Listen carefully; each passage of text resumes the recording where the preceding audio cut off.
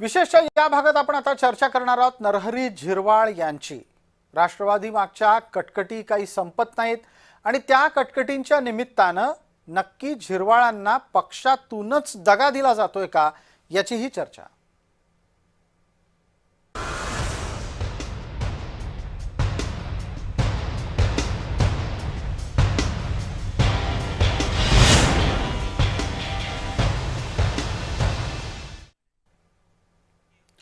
नरहरी झिरवाळ राष्ट्रवादीचं एक असं नेतृत्व आहे जे पहिल्या झटक्यापासूनच अजित पवार समर्थक समजलं जायचं।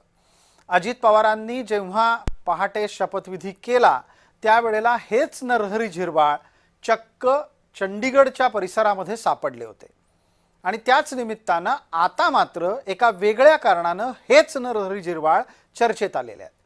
बातमी राष्ट्रवादीतून आहे। राष्ट्रवादी काँग्रेसमध्ये अंतर्गत गटबाजी उफाळून आली की काय असा प्रश्न निर्माण होतोय। याचं कारण म्हणजे अशोक खरात प्रकरणामध्ये रुपाली चाकणकर अडचणीत आल्यावर लगोलग नरहरी झिरवाळ देखील अडचणीत सापडलेले दिसतात।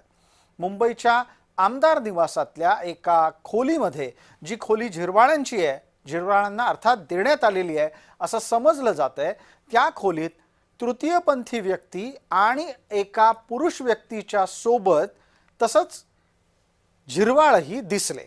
नुसते झिरवाळ यात दिसलेले नाहीयेत तर त्या व्हिडिओमध्ये काही अश्लील चाळे सुद्धा दिसलेले आहेत। हे सगळं प्रकरण एकत्ररित्या जोडून झिरवाळांवर शरसंधान केलं जातंय।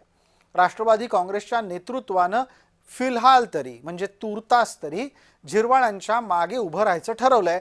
हे खरंय, झिरवाळ यांना कुठल्याही पदावरून राजीनामा देण्यास सांगण्यात आलेलं नाही।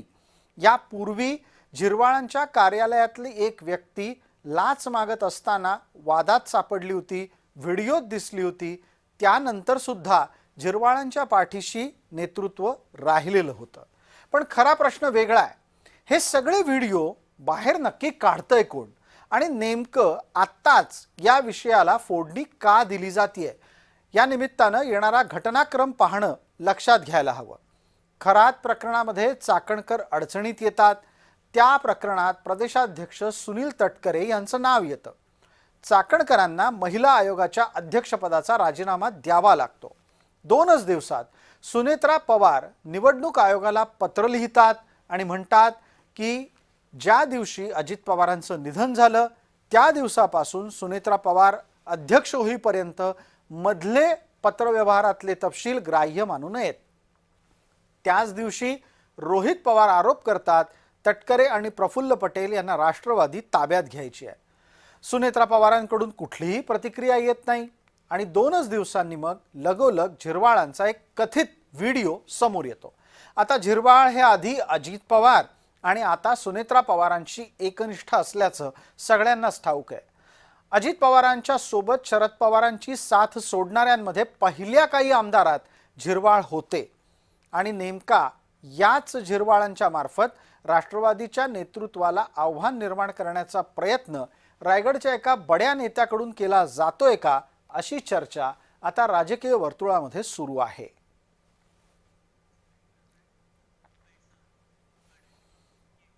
झिरवाळांच्या या सगळ्या प्रकरणावर काँग्रेस लगोलग बोलती झाली आहे।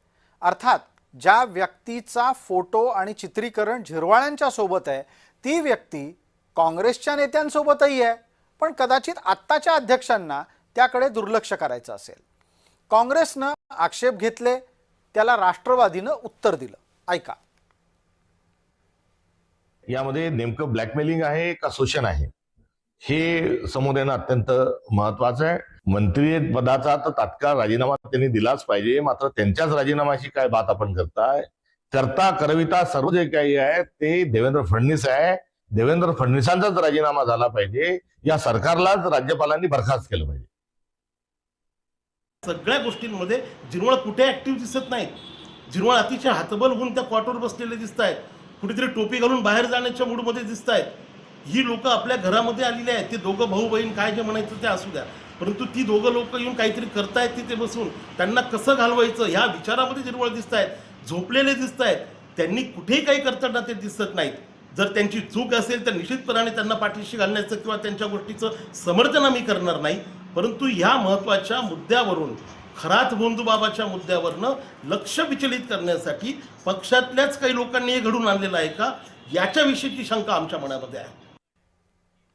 या प्रकरणी रोहित पवार यांनी सुद्धा भूमिका घेतली, मात्र मुख्यमंत्र्यांनी तूर्तास तरी झिरवाळांचा बचाव केलाय.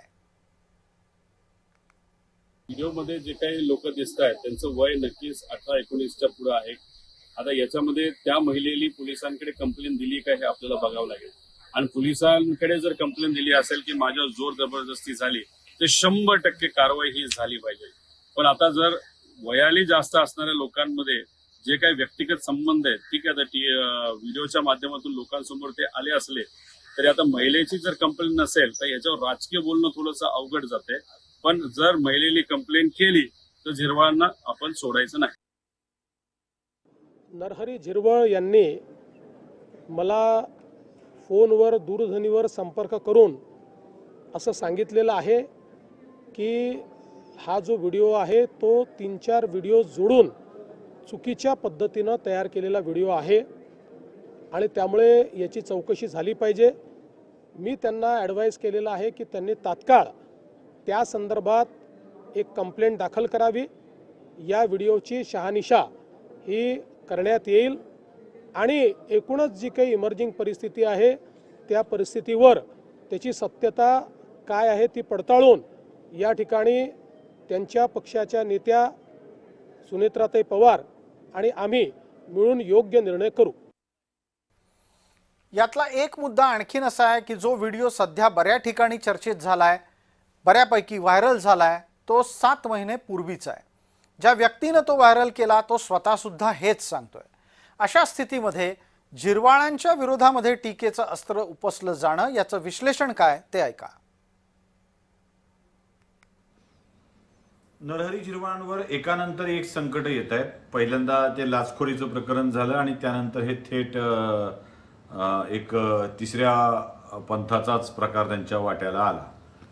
नरहरी झिरवाळांचा हा व्हिडिओ एडिटेड आहे हे सांगायला कोणत्या तज्ज्ञाची आवश्यकता नाही आहे, कारण तो वेगवेगळ्या स्वरूपातल्या लोकांचा दिसतोय.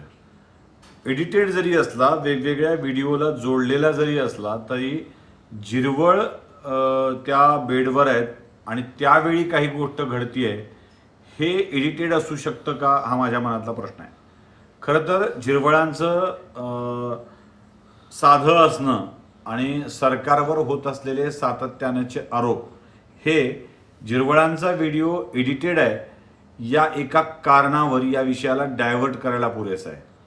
आणि सगळ्यात मोठी गोष्ट जी की आत्तापर्यंतची संकटं आली आहेत ती राष्ट्रवादी काँग्रेसच्या मंत्र्यांवर आलेली आहेत. म्हणजे झिरवळ हे राष्ट्रवादी काँग्रेसचे अडचणीत राहिलेले पहिले मंत्री नाही आहेत. त्याच्या आधी धनंजय मुंडेंना मंत्रिपद सोडावं लागलं आहे.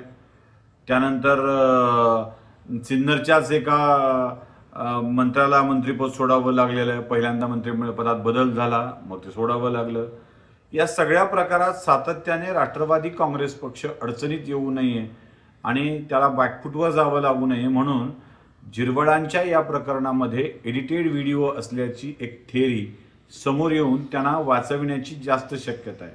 म्हणजे मुख्यमंत्र्यांनी तर झिरवळांना हे दिलंय, सल्ला दिलाय, डायरेक्शन्स दिले तसं म्हणाले मुख्यमंत्री की त्यांनी तक्रार दाखल करावी. झिरवळ तक्रार दाखल करतायत का? झिरवळ तो व्हिडिओ एडिटेड खोटा आहे हे सिद्ध करू शकतायत का? या सगळ्या गोष्टी तपासणं आवश्यक आहे.